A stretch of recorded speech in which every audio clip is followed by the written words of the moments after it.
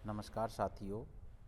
आज हम पुनः लौटे हैं बीए पार्ट सेकंड के भारतीय राज्य व्यवस्था इंडियन पॉलिटिकल सिस्टम विषय के नेक्स्ट टॉपिक को लेकर, जो हमारा लोकसभा अध्यक्ष के प्रमुख कार्यों के रूप में है।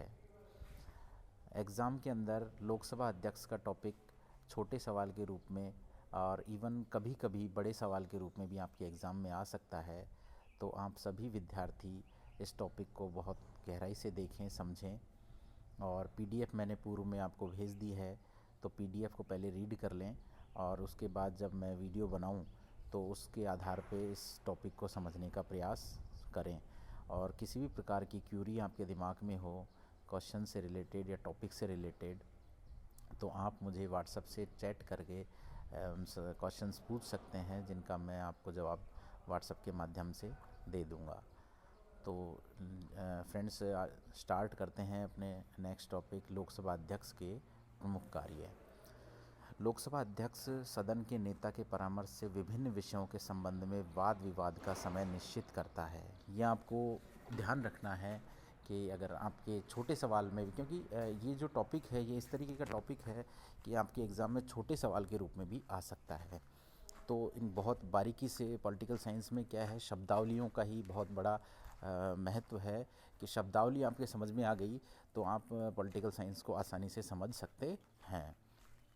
तो पहला जो कार्य ये बता रहे हैं कि लोकसभा अध्यक्ष क्या काम करता है, सदन के नेता के परामर्श से क्या करता है, विभिन्न विषयों के संबंध में वाद विवाद का समय निश्चित करता है। जब सदन का अधिवेशन चल रहा होता है और उसमें वाद विवाद जो भी होता है उसका एक निश्चित समय होता है, और वो निश्चित समय कौन करता है, लोकसभा अध्यक्ष करता है कि इस विषय के लिए इतना समय आपको दिया जाता है और इसमें आप वाद विवाद कर सकते हैं। वह प्रश्नों का स्वीकार अथवा नियम विरुद्ध होने पर अस्वीकार कर सकता है। किसी विधानसभा सदस्य द्वारा या संसदीय सदस्य द्वारा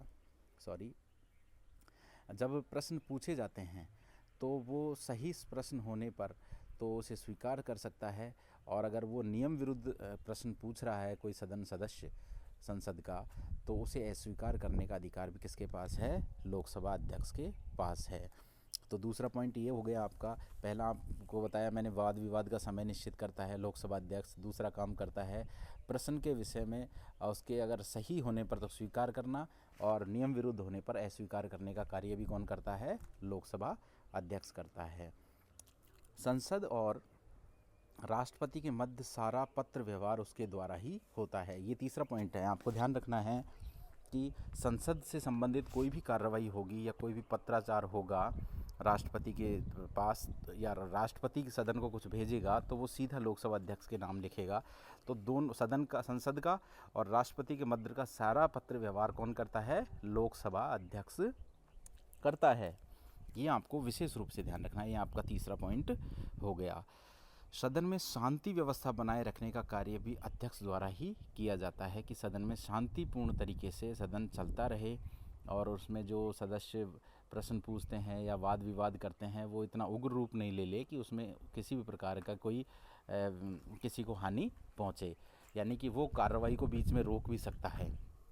और किसी भी अध्यक्ष सदस्य को वाद विवाद करते समय नीचे बैठने के लिए भी कह सकता है कि आप बैठ जाइए, आपका समय समाप्त हुआ, जब उसे लगता है। तो लोकसभा अध्यक्ष बहुत ही इम्पोर्टेंट भूमिका सदन में निभाता है। ये आपका चौथा पॉइंट हो गया कि सदन में शांति व्यवस्था बनाए रखने का कार्य कौन करता है, लोकसभा अध्यक्ष करता है। वह सदन की कुछ समितियों का पदेन सभापति भी होता है।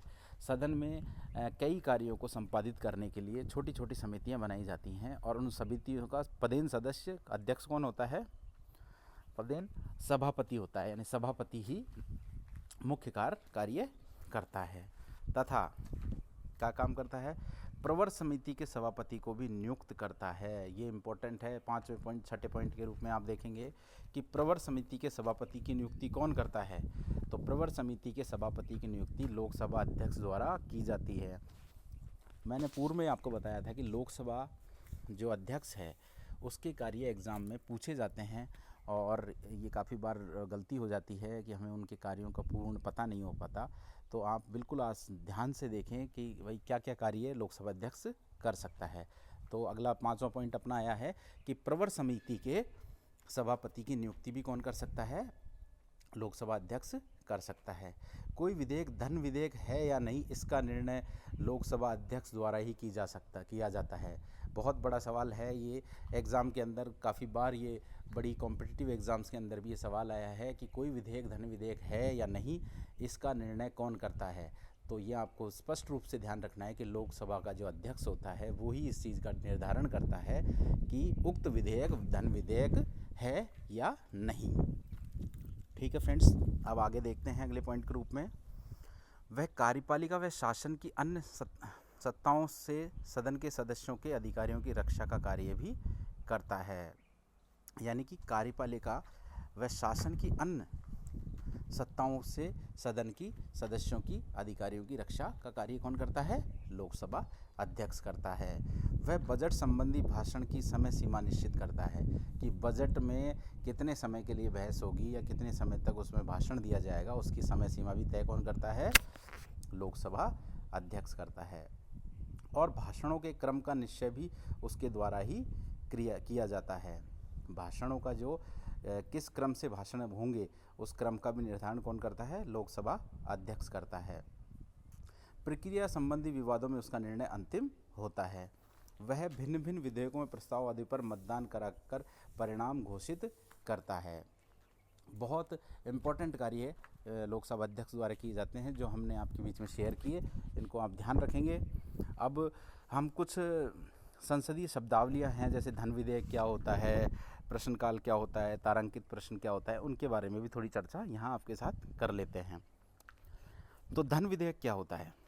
वह विधेयक जिसके द्वारा कोई कर लगाया या हटाया जाता है, भारत की संचित निधि से धन की निकासी, वार्षिक बजट आदि से संबंधित होता है, धन विधेयक कहलाता है। स्पष्ट रूप से आपको ध्यान रखना है कि धन विधेयक को या वित्त विधेयक को बताने वाला तो लोकसभा अध्यक्ष होता है कि उक्त विधेयक क्या है, धन विधेयक या वित्त विधेयक। और ये होता ये है कि वह विधेयक जिसके द्वारा कोई कर या तो लगाया जा रहा है या हटाया जा रहा है, और भारत की संचित निधि से धन की निकासी और वार्षिक बजट आदि से संबंधित कोई भी विधेयक जो होता है वो क्या कहलाता है? धन विधेयक कहलाता है। तो फ्रेंड्स, आप इस सवाल को अच्छे से ध्यान रखेंगे। और अगला जो सवाल है वो है प्रश्नकाल। संसद की कार्रवाई में एक समय संसद सदस्यों द्वारा संबंधित मंत्री से प्रश्न पूछने के लिए निर्धारित किया जाता है, वह समय प्रश्नकाल कहलाता है। समझ में आ गया आप लोगों को? संसद की कार्रवाई में एक समय संसद सदस्यों द्वारा संबंधित मंत्री से प्रश्न पूछने के लिए जो समय निर्धारित किया जाता है वो प्रश्नकाल कहलाता है।